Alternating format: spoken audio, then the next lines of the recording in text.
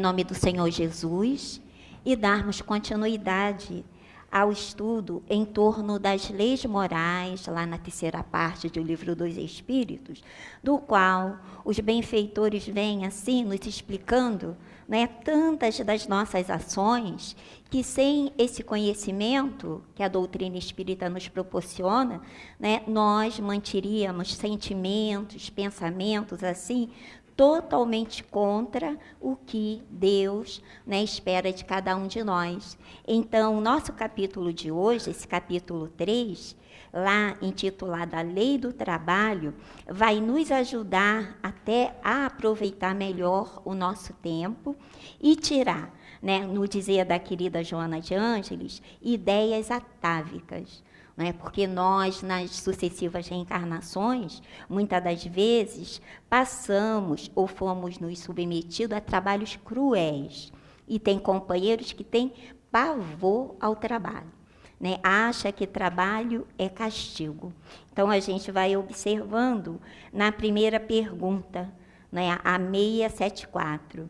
A necessidade do trabalho é uma lei da natureza? Aí a resposta: o trabalho é uma lei da natureza.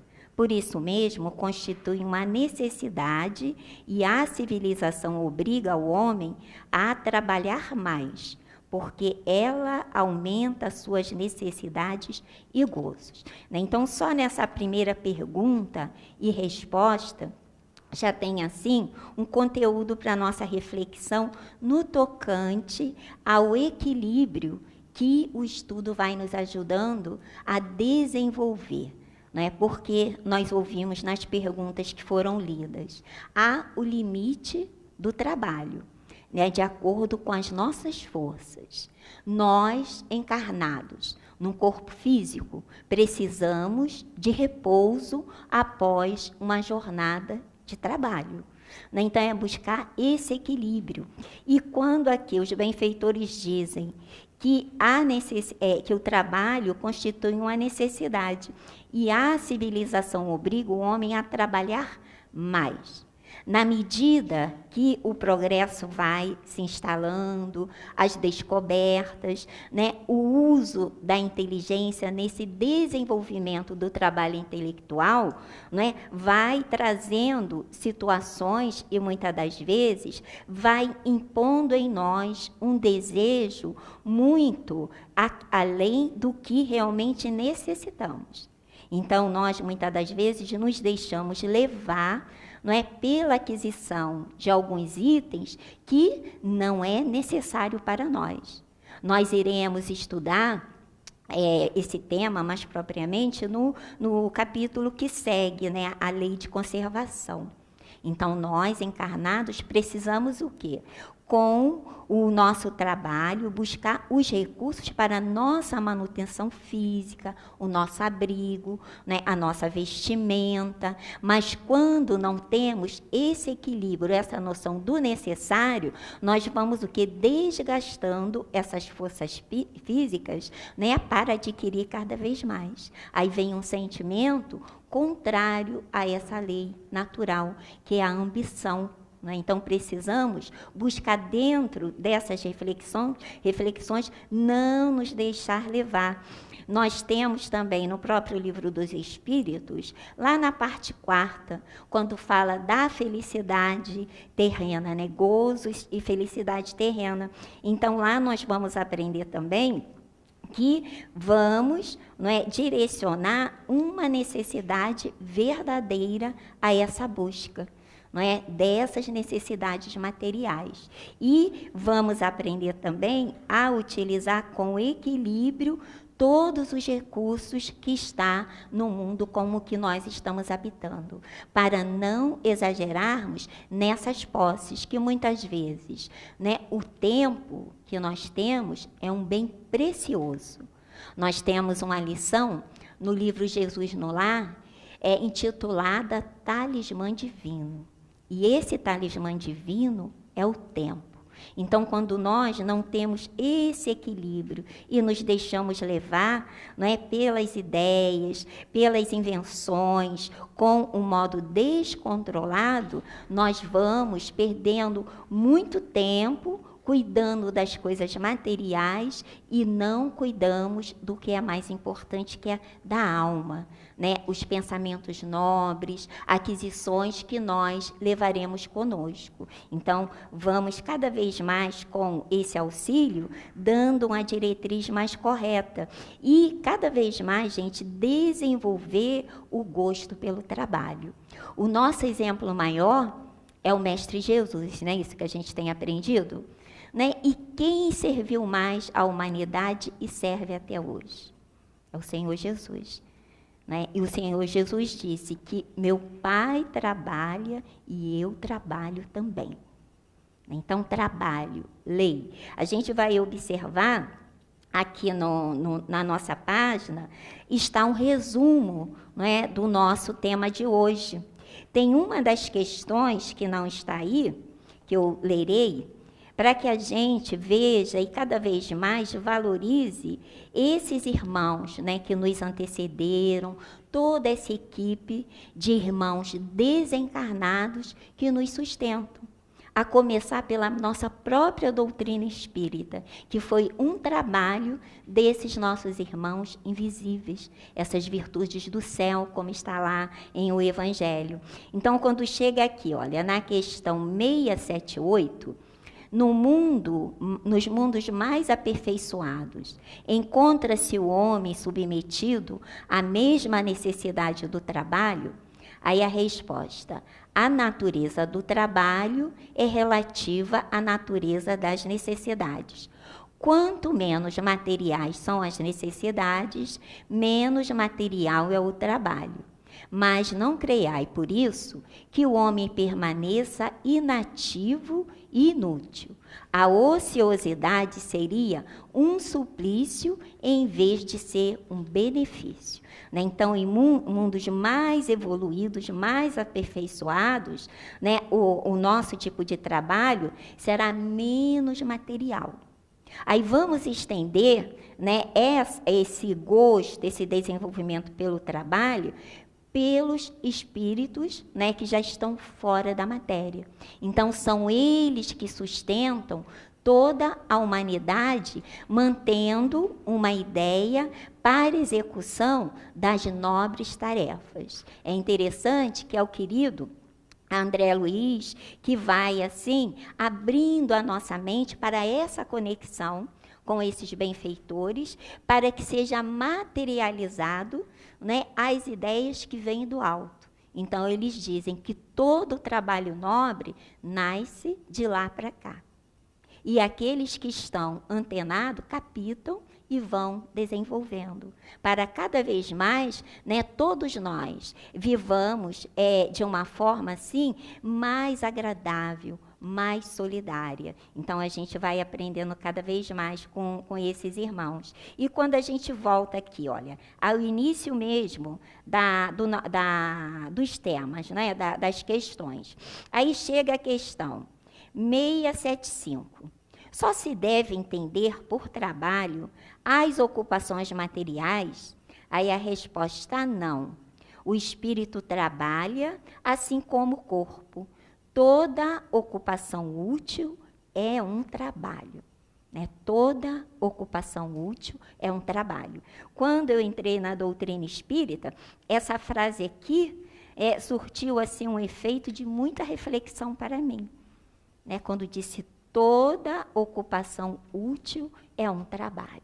Aí nós ficamos o quê? Pensando, será que o nosso tempo, esse talismã divino, né, nós temos ocupado de uma forma útil para nós e para aqueles que estão à nossa volta? Será que a gente consegue dar uma qualidade ao nosso tempo? Por quê? Quando falamos que o próprio progresso, né, nessas descobertas vai assim facilitando, né, a nossa vida material. E com isso a gente ganha mais tempo. Porque observe, né, nós, né, eu sempre gosto de dar o exemplo de nós mulheres na luta para manter os nossos trabalhos caseiros em dia. Né? A maioria de nós temos o quê? A nossa máquina de lavar, não é isso? Quando a máquina de lavar dá defeito, gente, né, acumula-se muito a nossa tarefa. Enquanto a máquina está batendo, olha o tempo que a gente ganha. O que a gente faz com esse tempo em que a nossa maquininha está lá batendo? A gente pode estar realizando outra tarefa para dar conta ali, não é, das tarefas. Nós podemos estar lendo um bom livro, não é? Ouvindo uma boa música, ter um bom diálogo, nos ocupar com um trabalho no bem, mas nem sempre é assim. A gente observa, e até é condizente com a imperfeição, do qual nós ainda, né, somos classificados nesse mundo de provas e expiações, que nem sempre, né, foi assim. Então, com esse despertar, através do estudo, nós temos dado uma qualidade melhor na utilização desse tempo, para que realmente nós possamos estar colocando em ação, né, esse tipo de trabalho, como os benfeitores dizem, que trabalho não é só aquela ocupação para a nossa sustentação, para a organização da nossa vida, mas todo o tempo utilizado, né, em uma boa ação. Então, eu vou dar um exemplo prático que eu vivenciei hoje aqui, no centro. Né, vou pedir permissão à dona Maria Angélica para dar o exemplo dela, a mãe do nosso querido Juan. Então, nós chegamos muito cedo e ela veio ali, não é, com um planejamento elaborado de otimizar ali o jardim. Então, ela trouxe a tesoura, estava ali podando a planta, cuidando, que ela disse que chegava aqui e ficava incomodada de ver as plantinhas queimadas, as folhinhas ali, não é? E ela, com a idade avançada, né, eu vou ser uma fofoqueira, vou pedir permissão a ela, que a gente conversou muito, né? Mas eu achei muito bonitinho que ela disse assim para mim, né, eu tenho um sonho de fazer um cursinho de jardinagem. O meu marido fala, não, para que você vai fazer? Está idosa, né? Mas nós sabemos o quê, gente? Tudo que a gente puder, não é, aprender, vai sendo o quê? Aquisição para nós. Não é isso? Então, vamos dar força para que os nossos companheiros, as nossas mães, né, aqueles que estão ao nosso lado, que tem até uma das questões, que o dever do filho, né, de cuidar do pai, da mãe que está em avançada idade. É um dever filial e está lá dentro da primeira revelação de honrar vosso pai e vossa mãe. Então, nós precisamos sempre ter em mente esse compromisso, não é, desse sentimento filial que deve nutrir a todos nós. Então, eu achei muito bonito o gesto da dona Maria Angélica, que ela poderia estar na casa dela, não é? Mas ela, né, se organizou para estar aqui, fazendo esse trabalho, gente, muito lindo. E dentro o quê? Das forças dela. E ela disse, né, eu pedi aos espíritos para que a minha coluna não doesse, porque eu ficava baixando, levantando. Olha só que bonitinho, gente. Não é um exemplo para gente? É um exemplo muito bacana de ver que ali, não é? Nós, espíritos, nós somos ativos. Eu tenho uma companheira que encontra-se no plano espiritual, a minha querida Celzinha, ela era portuguesa. Então, ela era uma pessoa muito dinâmica. Ela desencarnou com quase 90 anos. Aí, certa vez, ela falou assim, não é? O ruim de envelhecer é isso, que meu espírito é muito ativo, mas meu corpo não corresponde mais. Né? Então, ela tinha assim, muito conhecimento, sabia fazer vários trabalhinhos manuais. Então, quando as forças físicas não atendeu mais aquela dinâmica, em culinária, ela sabia fazer de tudo, entendeu? Aí ela sentava, fazia o crochôzinho dela, né, para doar, para compor os enxovaizinhos. Então, foi uma companheira que trabalhou a vida toda. E o que nós temos aprendido, gente, mais uma vez, agradecendo a bênção da doutrina espírita em nossa vida, que o trabalho é um antídoto para as doenças, para as tristezas, não é isso? Então, nós vemos aqui, olha, eu até trouxe a pergunta, quando nós vamos estudar, ainda dentro dessa parte quarta de O Livro dos Espíritos, tem lá um subtítulo que fala sobre o suicídio, desgosto da vida, suicídio. E quando o nosso codificador, né, vai trabalhar esse assunto, ele se dirige aos benfeitores assim, olha, o que pensar do suicídio que tem como causa o desgosto da vida? Aí a resposta, insensatos, por que não trabalhavam? A existência não lhes teria sido tão pesada.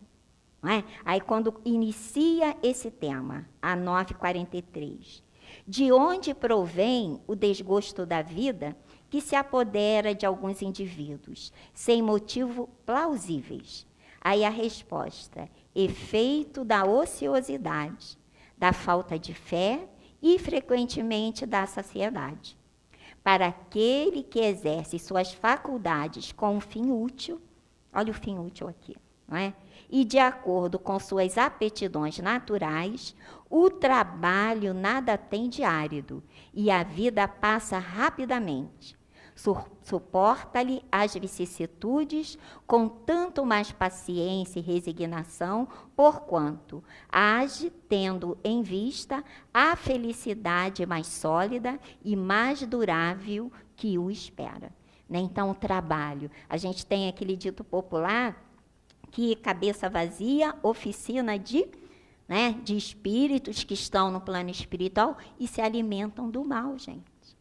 Muitas das vezes, nós temos aprendido também que pela nossa própria imperfeição, escolhas errôneas de vidas passadas, nós ainda temos alguns companheiros que são nossos inimigos desencarnados. Então, se nós não tivermos esse cuidado, né, de estar vigiando, como diz o Senhor Jesus, vigiando e orando, nosso pensamento, para que nós tenhamos o quê? Essa sintonia com o bem, com o belo, né? Com mentes que desejam o quê? O nosso progresso, o nosso bem.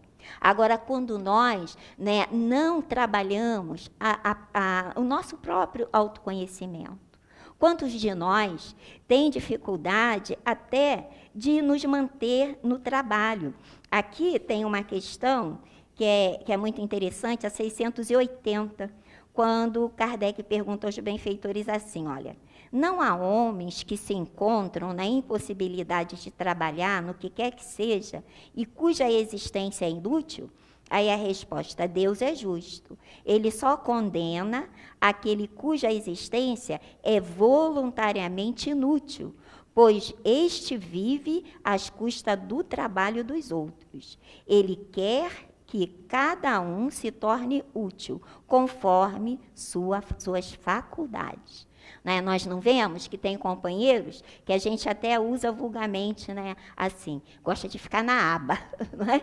Sempre ali na espreita, utilizando do recurso e do trabalho do outro. Mas todos nós, né, estamos inseridos na mesma necessidade. E o trabalho é lei. Nós trouxemos até uma historinha desse livro Alvorada Cristã, né, para até trazer uma parte mais leve no nosso trabalho. Então, esse livro, Alvorada Cristã, do espírito Néio Lúcio, tem a historinha da falsa mendiga. Né? Alguns de vocês já devem ter ouvido essa historinha, que é da Zezélia. Então, a Zezélia, ela pedia esmola havia muitos anos. Não era tão doente que não pudesse trabalhar, produzindo algo de útil, mas não se animava a enfrentar qualquer disciplina de serviço. Esmola, pelo amor de Deus, clamava o dia inteiro, dirigindo-se aos transeuntes, sentada à porta de imundo telheiro. De quando em quando, pessoas amigas, depois de lhe darem o níquel, aconselhava: Zezélia, você não poderia plantar algum milho? E ela respondia: não posso. Zezélia, quem sabe poderia beneficiar alguns quilos de café. Quem sou eu, meu filho? Não tenho forças. Não desejaria lavar roupa e ganhar algum dinheiro? Indagavam damas bondosas. Nem pensar nisso, não aguento. Zezélia, vamos vender flores. Convidavam algumas jovens que se compadeciam dela. Não posso andar, minhas filhas, exclamava, suspirando. E o bordado, Zezélia? Interrogava a vizinha prestativa. Você tem as mãos livres. A agulha é uma boa companheira. Quem sabe poderá ajudar-nos. Receberá compensadora remuneração. Não tenho os dedos seguros, informava a teimosa. E falta-me suficiente energia. Não posso, minha senhora. E assim Zezélia vivia prostrada, sem ânimo, sem alegria. Afirmava sentir dores por toda a parte do corpo. Dava notícias da tosse, da tonteira, do resfriado, com longas palavras que raras pessoas dispunham o tempo para ouvir.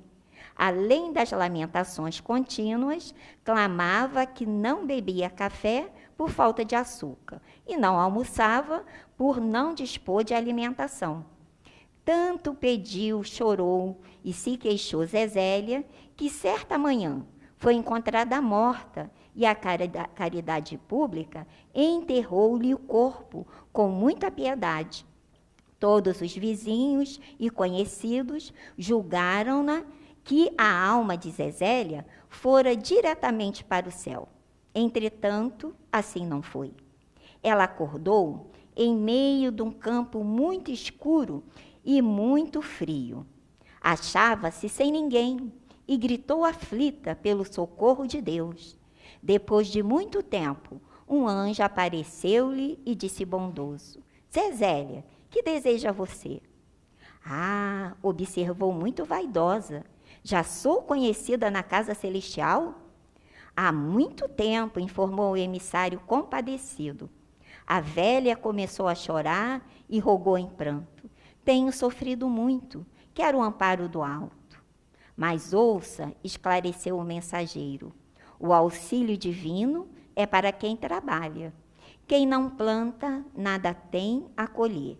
Você não cavou terra, não cuidou das plantas, não ajudou os animais, não fiou algodão, não teceu fios, não costurou o pano, não amparou crianças, não fez pão, não lavou roupa, não varreu a casa, não cuidou de flores, não tratou nem mesmo da sua saúde e do seu corpo. Como pretende receber as bênçãos de cima? A infeliz observou então. Nada podia fazer, eu era mendiga. O anjo, contudo, replicou. Não, Zezélia, você não era mendiga. Você foi simplesmente preguiçosa. Quando aprender a trabalhar, chame por nós e receberá o socorro celeste. Cerrou-lhes aos olhos o horizonte de luz. E às escuras, Zezélia voltou para a terra a fim de renovar-se. Né? Então, ela precisou o quê? Reencarnar, gente, para despertar. Né? Essa historinha, vez por outra, a gente conta na evangelização, né? Mas ela tem tanto conteúdo para a nossa própria reflexão. Né? Quantos de nós perdemos tempo porque escolhemos demais, não é isso? Porque exigimos demais. A gente sabe até, esse livro aqui, que nós não iremos abrir, mas como divulgação, As Leis Morais, de Rodolfo Caligares, ele traz 3 temas sobre o assunto. A lei do trabalho, limite do trabalho, o repouso. Né? Só um trechinho, lá quando ele fala sobre o repouso. Então, ele diz assim, ó, trabalhemos, pois, até o limite de nossas forças, já que o trabalho é uma bênção. Cuidemos, porém, de evitar a exaustão e a estafa. antes que esses males nos conduzam à neurastenia ou ao esgotamento nervoso. Então, nem tanto, né, sem essa dinâmica, que a Zélia se deixou levar pela preguiça e ela foi colocando desculpa em tudo, né, e nem tanto a exaustão. É buscar o equilíbrio para o quê? Para o aproveitamento das oportunidades. Aqui na página nós vamos observar que os espíritos perguntam, né, qual é a consequência daquele que utiliza, não é, até da possibilidade de ter serviçais, mas não cuidam, assim, com o respeito desse limite das forças que está na questão 684. O que pensar daqueles que abusam de sua autoridade, impondo aos seus inferiores um excesso de trabalho? Aí a resposta é uma das piores ações.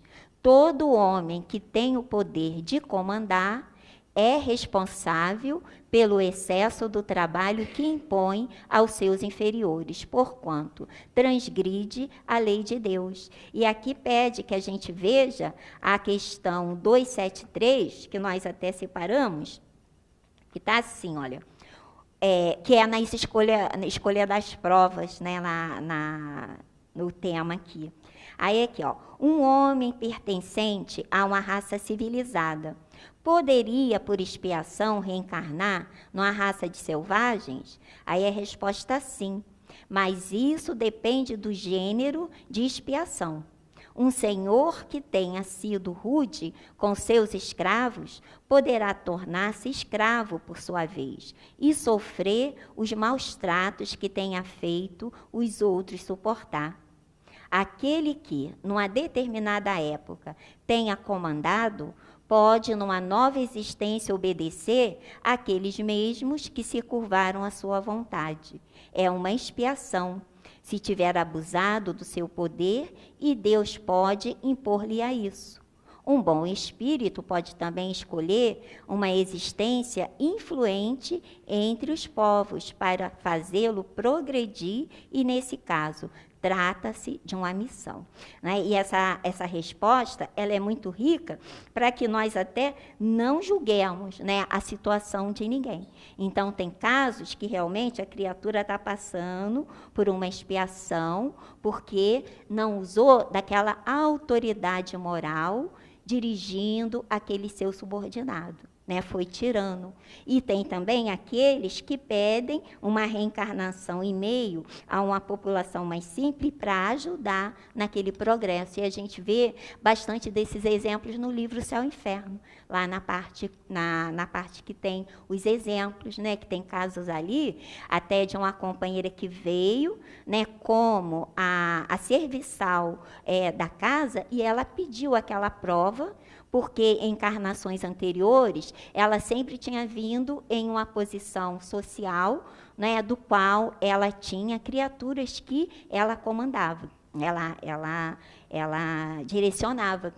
E essa família do qual ela pediu para desenvolver uma vida mais simples, tinha sido seus serviçais, do qual atendia a ela com zelo, né? Eram trabalhadores, e ela quis experimentar uma vida simples junto a esses companheiros que vieram, né, na riqueza. Ela foi ser a empregada deles, né, para desenvolver a parte de humildade, e é muito interessante, né? Aí, voltando aqui, vamos lá, mais uma questão. Quando aqui o nosso codificador, na 676, porque o trabalho é imposto ao homem?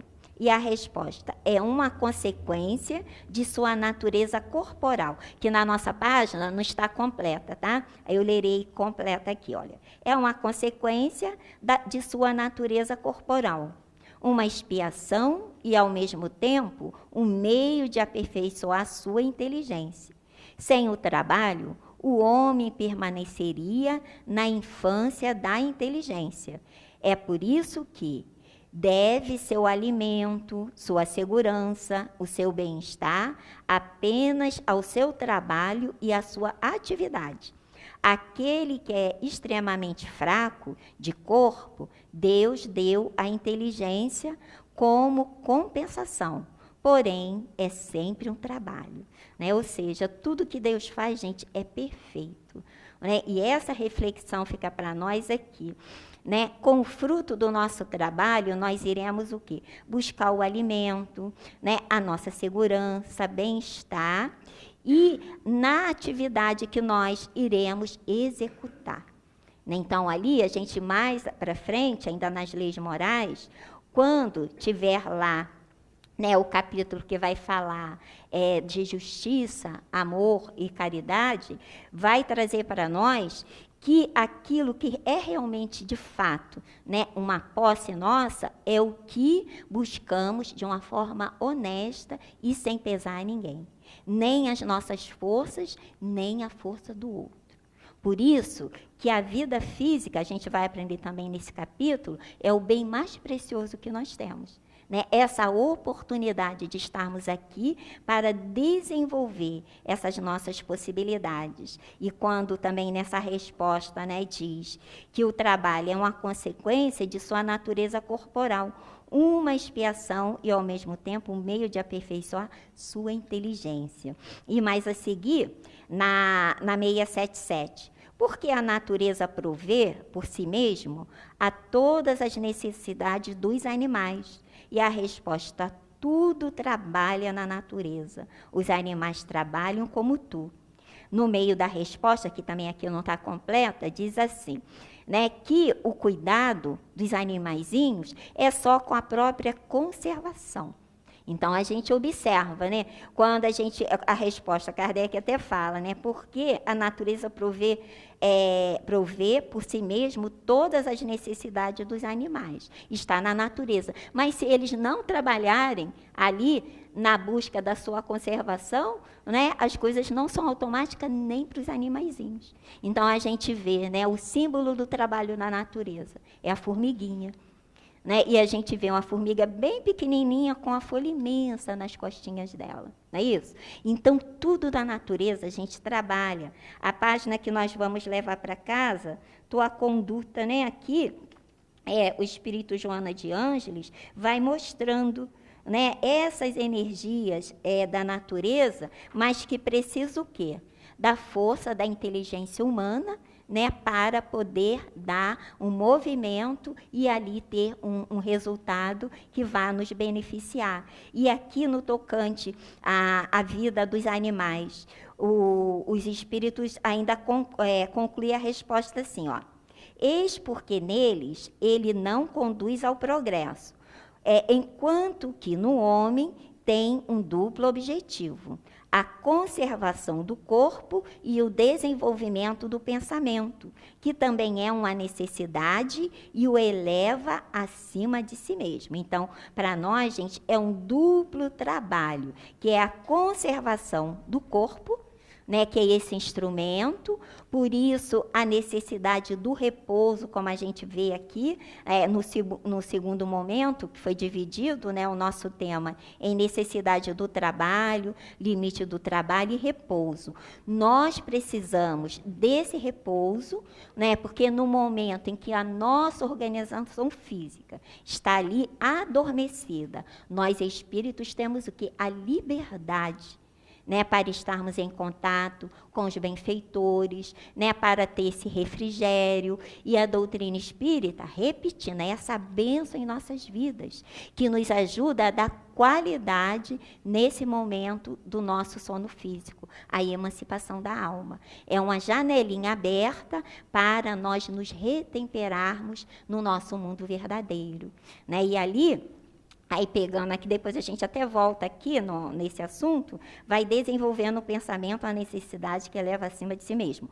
Quando digo que o trabalho dos animais está limitado ao cuidado com a própria conservação, refiro-me ao objetivo a que ele se propõe, trabalhando, porém, provendo as suas necessidades materiais, ele se constitui inconscientemente em agentes que auxiliam os desígnios do Criador e seu trabalho também concorre para o objetivo final da natureza, embora muito frequentemente não lhes descubrais o resultado imediato. Então, quando a gente observa uma floresta, então, quantas vezes aquelas árvores foram levadas o quê? Pelo biquinho dos pássaros, né? As árvores frutíferas. Então, a gente vai observar. A natureza nos dá um exemplo, gente, de muita atividade. E nós, espíritos imortais, não é?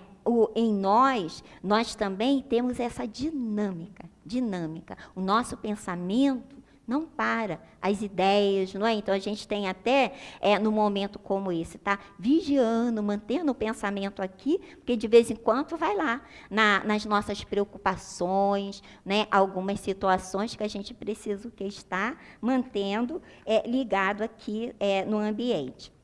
Aí, pegando aqui, olha, a 679, é muito interessante essa pergunta. O homem que possui bens suficientes para assegurar sua existência encontra-se isento da lei do trabalho? Aí a resposta, da lei do trabalho material, talvez. Né? Ele nem diz que não precisa, talvez. Né? Do trabalho material, talvez. Não, porém, da obrigação de ser útil, conforme os seus meios de aperfeiçoar sua inteligência ou dos outros, o que também constitui um trabalho. Se o homem a quem Deus atribui bens suficientes para assegurar sua existência não está constrangido a se alimentar com o suor do seu rosto, a obrigação de ser útil ao seu semelhante é tanto maior. Para ele, quanto mais tiver livre, quanto mais tempo livre possui para fazer o bem, em consequência da parte que lhe foi previamente concedida. Olha só, a responsabilidade, gente, é maior. Porque se não tem ali a necessidade, talvez não tenha a necessidade do trabalho material, né, ele tem o quê? Obrigação de ser útil. Tem mais tempo, né, para poder ajudar, para fazer a caridade. Tem um dito popular que traz para nós assim: se você quer, né, chamar alguém para trabalhar, chame alguém ocupado. Porque o desocupado sempre vai falar que não tem tempo. Né? E quem está sempre ocupado já desenvolveu o gosto pelo trabalho. Sempre vai dar um jeitinho, né, de estar ali atendendo. E isso é muito importante. Então, essa questão traz para nós também, gente, muita reflexão. E aqui, quando diz, se o homem a quem Deus atribui bens suficientes para assegurar sua existência não está constrangido a se alimentar com o suor do seu rosto, a obrigação de ser útil ao seu semelhante é tanto maior. Então, o cuidado que nós precisamos ter até com a nossa atual reencarnação, né? Que muitas vezes a gente se queixa do trabalho, né? Chega em casa, dá um mau exemplo para os familiares. Tem até dos jornalistas que apresenta um jornal na TV, que quando chega o dia de sexta-feira, ele até diz, né? Até que enfim é sexta-feira. Por quê? Né, trabalhou a semana toda, a sexta-feira é bem-vinda para o descanso do corpo, mas não precisa exaltar tanto, não é? A não ser que seja o quê? Para ter mais tempo para um trabalho no bem. Aí a gente vai o quê? Nesse despertar de consciência, dando qualidade às nossas possibilidades, né? Aí veja, na 680, né, não há homens que se encontram na impossibilidade, essa a gente comentou. Aí vamos aqui, quando fala do limite do trabalho e repouso, na 682. Sendo o repouso uma necessidade após o trabalho, não constitui uma lei da natureza? Aí a resposta, sem dúvida. O repouso serve para reparar as forças do corpo e é também necessário, a fim de dar um repouso, a fim de dar um pouco mais de liberdade à inteligência para elevar-se acima da matéria. Né? Então, tem o quê? tem um objetivo sério, esse momento, né, em que nós vamos o quê? Buscar o repouso para o quê? Para termos as nossas forças físicas recompostas, mas nesse momento também nós temos uma liberdade a mais para a nossa própria inteligência. Então, esse cuidado, né, que nós precisamos manter, de não nos exaustar ao trabalho, para o quê? Para essas conquistas materiais, que muitas vezes nós negligenciamos o nosso tempo, até para dar um bem-estar à nossa família, que não tem nada de errado, mas muitas vezes a gente vai dar o que é material e o que é de moral, a gente tem esquecido, que é a própria educação. Então, muitas vezes, a gente se deixa levar pela ideia de que o ter é que traz felicidade.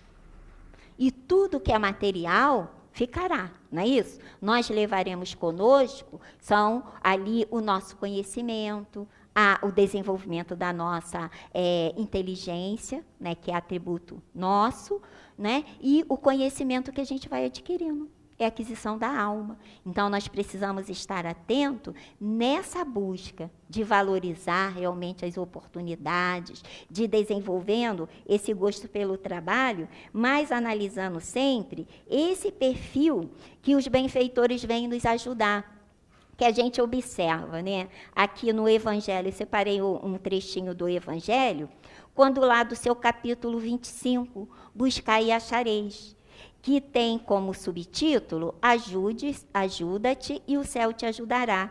No item 2, o nosso codificador traz para nós, sobre o ponto de vista terrestre, a máxima, buscai e achareis, é análoga a essa, ajuda-te e o céu te ajudará. É o princípio da lei do trabalho e, por consequência, a lei do progresso, porquanto o progresso é filho do trabalho, porque o trabalho põe em ação as forças da inteligência. Então, essa frase é muito, né, bacana para a gente refletir. É o princípio da lei do trabalho e, por conseguinte, a lei do progresso, porquanto o progresso é filho do trabalho, porque o trabalho põe em ação as forças da inteligência. E Kardec traz, né, mais a reflexão, que na infância da humanidade, o homem aplica a sua inteligência apenas na busca do alimento, dos meios de preservar do mau tempo e de defender contra os inimigos. Deus, porém, lhe deu a mais do que o animal, o desejo incessante do melhor. E esse desejo do melhor que impele para a procura dos meios de melhorar sua posição, que o conduz às descobertas, às invenções, ao aperfeiçoamento da ciência, porque é a ciência que lhe proporciona o que lhe falta. Por suas pesquisas, sua inteligência cresce, seu moral se depura. As necessidades do corpo sucedem à necessidade do espírito. Após o alimento material, é preciso o alimento espiritual. E é assim que o homem passa da selvageria para a civilização. E segue, né, aqui os outros itens, que diz que se Deus tivesse eximido o homem do trabalho físico, seus membros ficariam atrofiados. E se tivesse eximido do trabalho da inteligência, seu espírito ficaria na infância, no estado de instinto animal. Né? Então, trabalho, lei divina, estudo da doutrina espírita, despertar de nossas consciências. Né? Eu trouxe aqui também uma página são 2 páginas de Emmanuel. Falta quanto tempo? 10 minutos? Tá, então dá tempo aqui. 2 páginas, 2 reflexões de Emmanuel, um que está no livro Caminho, Verdade e Vida.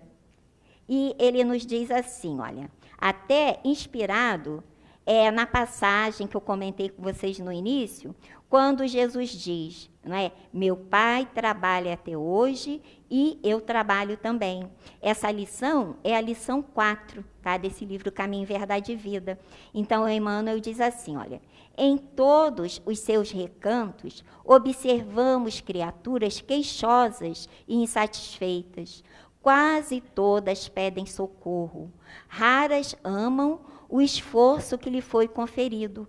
A maioria revolta-se contra o gênero de seu trabalho. Os que varrem a rua querem ser comerciantes. Os trabalhadores do campo preferiam a existência na cidade. O problema, contudo, não é de gênero de tarefa, mas de compreensão da oportunidade recebida.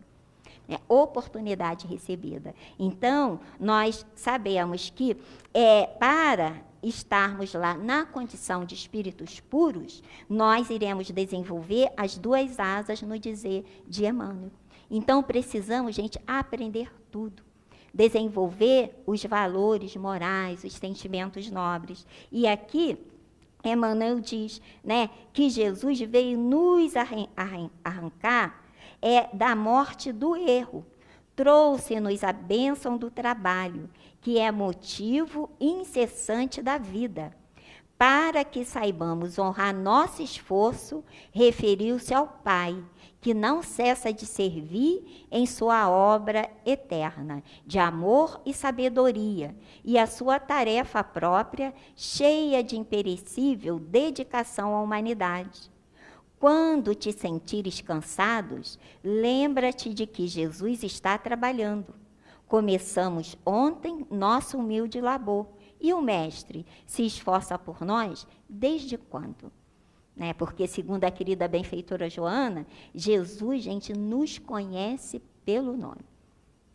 E ele disse o quê? Que vai nos reconduzir para volta ao nosso Criador.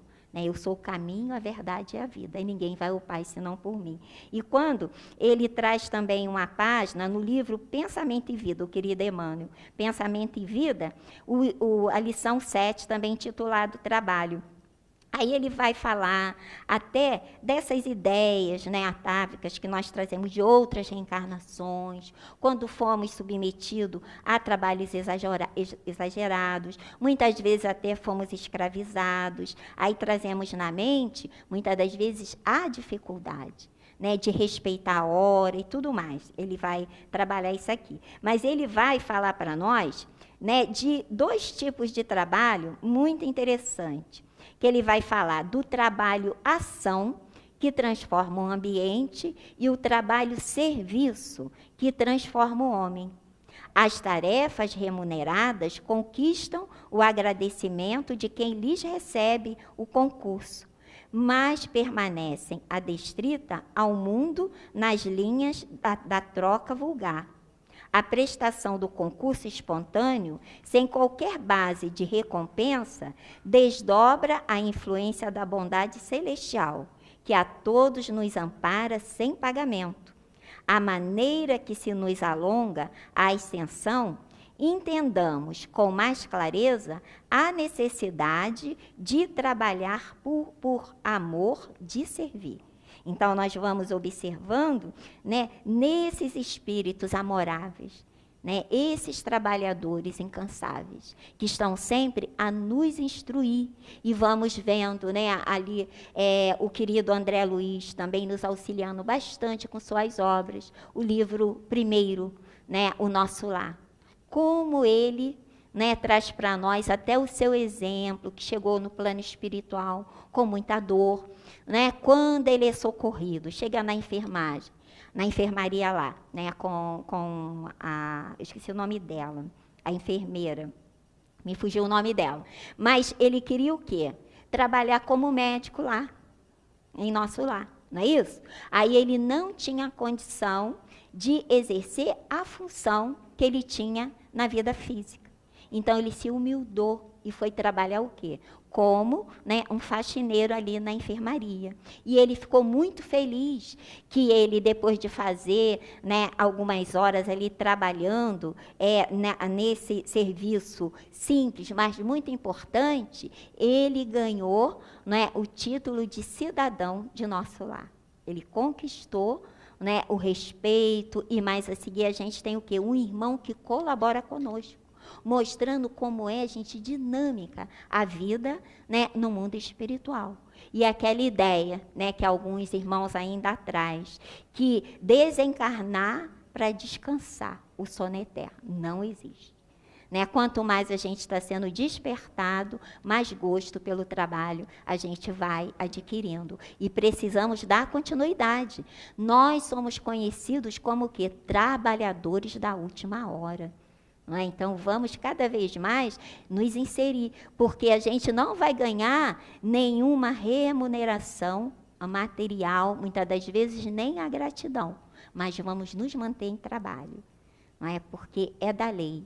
Então, como aqui foi dito no Pensamento e Vida, né? Jesus, gente, trabalha até hoje por nós. O Pai trabalha e nós somos filhos, né, desse Pai amoroso. Nos mantenhamos em trabalho sempre, tá? E a gente vai observando a literatura espírita cada vez mais trazendo para nós condições de entender trabalho como lei divina e não como castigo. Né, muita paz, muita força para nós e vamos nos manter nesse trabalho. Muitas vezes que é invisível para os outros, mas é visível por Deus, tá? Muita paz, graças a Deus.